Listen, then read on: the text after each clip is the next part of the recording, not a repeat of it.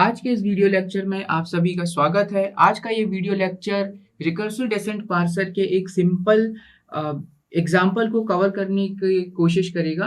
तो चलिए स्टार्ट करते हैं। हमारे पास एक एग्जाम्पल है और हमें इसको रिकर्सिव प्रोसीजर को यूज करते हुए इसके लिए एक रिकर्सिव डेसेंट पार्सर का सेगमेंटेशन ऑफ कोड लिखना है। तो चलिए शुरू करते हैं। हमारे पास जो एक एग्जाम्पल है वो ये एग्जाम्पल है कि E as a non terminal produce करता है टी ई डैश को, ओके, एंड ई डैश जो है ये भी एक एज अ नॉन टर्मिनल ये इंट्रोड्यूस करता है इसको। तो चलिए शुरू करते हैं। इसके लिए रिकर्सिव डेसेंट पार्सर कैसे लिखा जाएगा। तो जैसा कि हमने अपने पिछले वीडियो में देखा था कि रिकर्सिव डेसेंट पार्सर जो है ये रिकर्सिवली फंक्शंस के ऊपर और प्रोसीजर्स के ऊपर काम करता है। ये तो सबसे इम्पोर्टेंट एंड पहला पॉइंट था। और जो भी फंक्शंस और प्रोसीजर हम बनाएंगे जो रिकर्सिव मैनर में होंगे, ये सिर्फ और सिर्फ दी हुई ग्रामर के नॉन टर्मिनल के लिए बनाना है। क्लियर? तो हम इसमें आइडेंटिफाई कर लेते हैं कि हमें जो रिकर्सिव फंक्शंस बनाना है वो किस किस के लिए बनाना है। तो हमारा जो रिकर्सिव फंक्शंस बनेगा वो ई के लिए बनेगा और ई डैश के लिए बनेगा। क्लियर? तो हम बना लेते हैं इनके लिए। तो यहाँ पर इन फंक्शंस को बनाने के लिए यहाँ पर आप पहले डिफाइन कर दीजिए प्रोसीजर डिफाइन करने के बाद जो भी जिस भी नॉन टर्मिनल के लिए आप बना रहे हैं उस नॉन टर्मिनल को लिख दीजिए और ये ऐसा फंक्शन का सिंबल बना दीजिए। ठीक है? अब क्या है कि यह जो नॉन टर्मिनल है इससे क्या क्या प्रोड्यूस हो रहा है। तो जैसा कि हम यहाँ देख रहे हैं कि ये जो नॉन टर्मिनल है ये कैपिटल टी को प्रोड्यूस करता है और यहाँ पर ई डैश को प्रोड्यूस करता है एज अ नॉन टर्मिनल। तो ये दोनों भी नॉन टर्मिनल हैं। अब ये दोनों भी नॉन टर्मिनल हैं तो ऑब्वियसली इसके लिए भी हमको एक रिकर्सिव फंक्शन बनाना पड़ेगा और इसके लिए भी हमको एक रिकर्सिव फंक्शन बनाना पड़ेगा। लेकिन अभी ये जो दो प्रोसीजर हैं जो रिकर्सिव फंक्शन है ये ई के द्वारा कॉल किए जाएंगे। ठीक है? तो इसकी डिफाइन कर देते हैं यहाँ हम inside the expansion of this. So this will be call here followed by semicolon, as well as this is also called here followed by semicolon. So guys, this is the first recursive descent parser of rule number 1. Clear? अब हम बात करते हैं अपने दूसरे की, यानी अब हमें इसके लिए लिखना है। तो यहाँ पर हम सिमिलरली पहले डिफाइन कर लेंगे प्रोसीजर को। प्रोसीजर वर्ड हम यूज कर रहे हैं, ओके। तो प्रोसीजर वर्ड हमने यूज किया और हमें यूज करना है ई के लिए। तो यहाँ पर हमने ई डैश बना लिया। ई डैश बनाने के बाद अब हम क्या करते हैं, यहाँ चेक करते हैं कि यहाँ पर क्या है।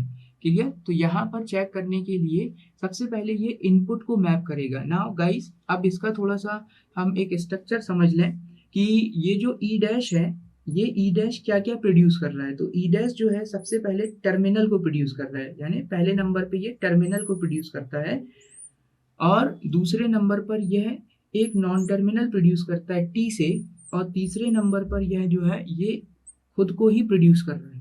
क्लियर? यानी खुद को ही कॉल कर रहा है, यानी रिकर्सिव मैनर पर खुद को ही कॉल कर रहा है। तो अब जब भी टर्मिनल आएगा, ठीक है, जब भी टर्मिनल आएगा तो इसके लिए आपको इफ कंडीशन लिखना पड़ेगा कि ये टर्मिनल दिए हुए स्ट्रिंग से मैप हो। क्लियर? तो कैसे लिखते हैं ये देख लेते हैं अपन यहाँ पर। तो यहाँ पर होगा इफ। अब इनपुट जो भी आएगा आपका इनपुट एज अ, यानी जो आप इनपुट एज अ स्ट्रिंग देंगे, इनपुट, ओके, जो भी आपने इनपुट दिया वह बराबर होगा किसके? इस प्लस के। क्लियर? अगर ये बराबर होता है, ठीक है, अगर यह बराबर होता है तो आप अंदर जाएंगे लूप के जहां पर आपने कॉल किया एक प्रोसीजर टी को। क्लियर? और फिर यहाँ टी कॉल होगा, ठीक है। टी कॉल होने के बाद और साथ में ही ये ई डैश खुद को कॉल करेगा। Clear? So this is the way of writing the recursive descent parser for E dash. अब यहाँ टर्मिनल था इसीलिए ये इंपॉर्टेंट है कि टर्मिनल जितने भी आएंगे जब इनपुट सिंबल की मैपिंग होगी तो जितने भी टर्मिनल आएंगे उसको आपको सेटिस्फाई करवाना है इफ कंडीशन के साथ। ठीक है? ये चेक करेगा सही है गलत है। अगर गलत है या कंडीशन फेल होती है तो स्किप कर जाएगा। कंडीशन अगर सेटिस्फाई होती है तो फर्दर एक्सपांड होगा। अब यहाँ पर एक और नॉन टर्मिनल हमारे पास लिखा है और ये नॉन टर्मिनल जो है ये टी है और टी हम कह देते हैं, टी मान लेते हैं कि नॉन टर्मिनल है जो सिर्फ स्मॉल ए को प्रोड्यूस करता है। ठीक है, तो अब हमें इसके लिए भी यहाँ एक सेगमेंट ऑफ कोड लिखना पड़ेगा, यानी रिकर्सिव डेसेंट पार्सर इसके लिए भी बनाना पड़ेगा एज अ प्रोसीजर। तो हम बना लेते हैं इसके लिए भी। तो सबसे पहले जो प्रोसीजर है वो हमने लिखा। प्रोसीजर लिखने के बाद जो नॉन टर्मिनल है टी उसको बनाएंगे, और इसका जो ट्री बनेगा वो क्या ट्री बनता है कि टी जो है ये एक्सपांड करता है किसको, ए को, यानी टर्मिनल आ गया हमारे पास। अब इस टर्मिनल को, सीधी सी बात है, टर्मिनल है तो इफ कंडीशन एप्लीकेबल हो जाएगी। तो इनपुट वैल्यू इक्वल्स टू ए। अगर ये मैप होता है तो फिनिश। इसके बाद यहाँ पे किसी भी नॉन टर्मिनल को कॉल नहीं किया गया। तो गाइस एल्स पार्ट लिखते हैं at the last. Else part में अगर कोई भी कंडीशन फेल होती है तो एरर मैसेज शो होगा और स्किप हो जाएगा। तो guys, hope the simple implementation of recursive descent parser is clear to you all by using this particular video lecture. We will meet again in the new video lecture with new numerical on the basis on this recursive descent parser. So thank you so much listening this video. Take care. Bye bye.